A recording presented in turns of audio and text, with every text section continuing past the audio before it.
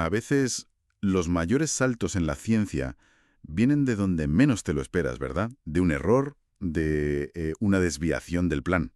Hoy vamos a meternos de lleno en uno de esos momentos, bueno, fascinantes de la física cuántica. Vamos a explorar la primera observación experimental directa de un patrón cuántico fractal. Se le conoce como la mariposa de Hofstadter. Una cosa predicha en la teoría hace ya casi 50 años, allá por 1976 por Douglas Hofstadter. Sí, pero que se resistía a ser vista claramente. Para este análisis nos hemos basado en varias fuentes, artículos de Muy Interesante, también de ETC, bioengineer.org y, bueno, la Wikipedia, claro. Que nos cuentan un poco la historia, el contexto de este descubrimiento. Exacto. Y nuestra meta hoy es entender qué es exactamente esta estructura, la mariposa, cómo un despiste afortunado en un laboratorio permitió, pues, visualizarla, por fin. ¿Por qué es importante, no? ¿Por qué se considera un hito en esto de los materiales cuánticos? Eso es. Pues, empecemos por el principio. ¿Qué es la mariposa de Hofstadter? A ver. Bueno, pues imagina electrones, ¿vale? Moviéndose en una lámina superfina, como el grafeno, por ejemplo. Vale. Y todo esto bajo un campo magnético muy, muy intenso. La mariposa en sí es un gráfico. Un gráfico que muestra cómo se organizan los niveles de energía de esos electrones, los posibles niveles. Exacto. Y lo llamativo es que ese gráfico tiene una estructura fractal, o sea, que se repite a sí misma a diferentes escalas. Y que recuerda a una mariposa, de ahí el nombre, claro. Justo. Y desde el punto de vista teórico, lo, digamos, notable es que es una solución matemática exacta dentro de la mecánica cuántica. Ah, eso es raro, ¿no? Sí, bastante raro, porque muchos problemas cuánticos solo se pueden resolver con aproximaciones, con métodos numéricos. Entiendo. Así que durante décadas fue como una predicción matemática preciosa, pero casi una curiosidad, una filigrana, muy difícil de comprobar en el laboratorio. Vale, una curiosidad teórica. Y entonces, ¿cómo se dio el salto? ¿Cómo se vio en la realidad? Aquí entra la serendipia, ¿no? Totalmente. Un equipo en la Universidad de Princeton con Ali Yazdani al frente. Ajá.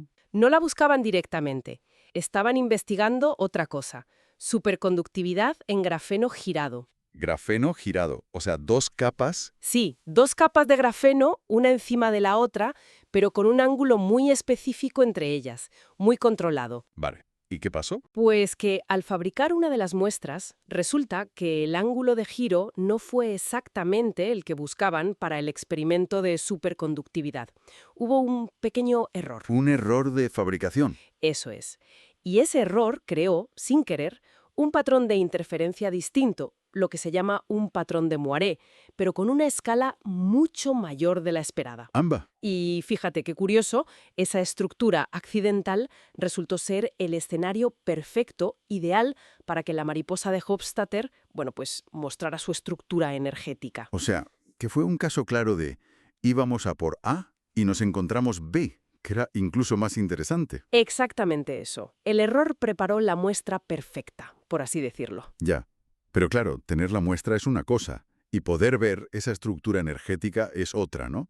¿Necesitarían una técnica especial? Con microscopio de efecto túnel, el STM-STS. Suena complejo. Lo es, pero la idea clave es que, a diferencia de medir solo cómo pasa la corriente, esta técnica te permite mapear los niveles de energía de los electrones casi uno a uno. Con resolución atómica. Con resolución atómica, sí.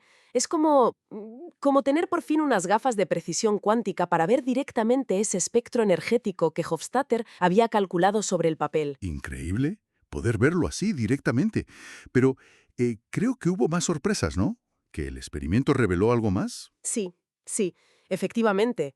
Vieron que la forma de la mariposa, del fractal, no era estática, no era fija. ¿Cómo que no? Pues ¿qué cambiaba? Evolucionaba dependiendo de cuántos electrones había en el sistema, de la densidad electrónica. Ah, ¿y eso por qué es importante? Partículas independientes. Ya veo. Y este experimento demuestra que esas interacciones son cruciales. Los electrones no van cada uno a su bola, se influyen unos a otros y esa interacción modifica como que repinta la estructura energética, la forma de la mariposa. O sea que la mariposa real, la que se observa, es más compleja, más dinámica que la teórica original. Mucho más rica, sí. ¿Y qué implicaciones tiene eso? Pues implica que la mariposa deja de ser solo una estructura matemática bonita, una curiosidad, y se convierte en una herramienta experimental muy potente ¿Para estudiar qué? para estudiar directamente lo que llamamos física de muchos cuerpos, es decir, cómo se comportan colectivamente muchísimos electrones interactuando entre sí. Es uno de los problemas centrales y más difíciles de la física de la materia condensada. Entiendo. Y también mencionabas algo de estados topológicos. Sí, abre puertas para investigar estados exóticos de la materia, como esos estados topológicos. En ellos, la corriente eléctrica puede fluir de formas muy especiales, muy robustas, por ejemplo, solo por los bordes del material, sin pérdidas. Fascinante. Pero ojo, hay que matizar que la fractalidad pura, esa autosimilitud perfecta, solo aparece bajo condiciones muy concretas, cuando la relación entre el campo magnético y la red del material es, bueno, matemáticamente correcta, una fracción racional. Entendido. Entonces, para recapitular un poco, Un pequeño error de fabricación. un ángulo mal puesto, sí, llevó a la primera visualización directa de un fractal cuántico súper intrincado predicho hace décadas. Exacto. Y al verlo, resulta que es todavía más complejo e interesante de lo que se pensaba, por las interacciones entre electrones. Justo eso. Y aunque, a ver, las aplicaciones prácticas no son para mañana. Claro, no vamos a tener móviles con mariposas cuánticas mañana. Probablemente no. Pero poder observar y entender estos comportamientos colectivos a nivel cuántico es fundamental. Es la base para poder, quizá en el futuro, diseñar materiales con propiedades electrónicas a la carta. ¿Para qué tipo de cosas? Pues quizá para computación cuántica o electrónica de muy bajo consumo. ¿Quién sabe? Son las piezas del puzzle. Muy interesante. Esto nos deja pensando, ¿no?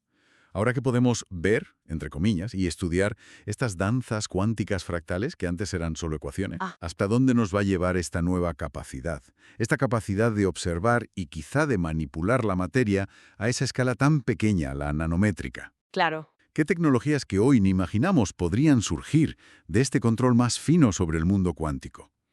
Es una pregunta abierta, ¿verdad?